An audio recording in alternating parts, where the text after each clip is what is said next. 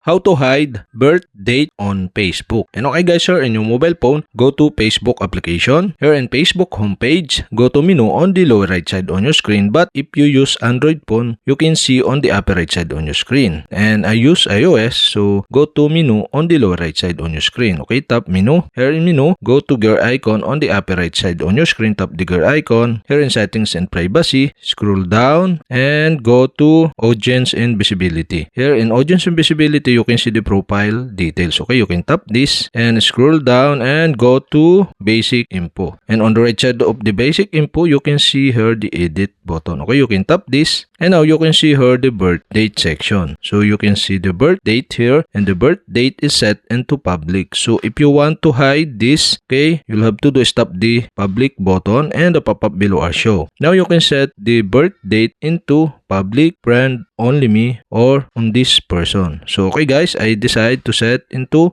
only me or hide my birth date on Facebook. And after you set the birth date into only me, okay, tap the save button on the upper right side on your screen to successfully save the birth date settings on your Facebook. And that's it. Okay, we have successfully hide birth date on Facebook. And okay guys, if you have a question, kindly comment below. And don't forget to hit the subscribe button and the bell to notify you if I have new video. Okay, thanks for watching.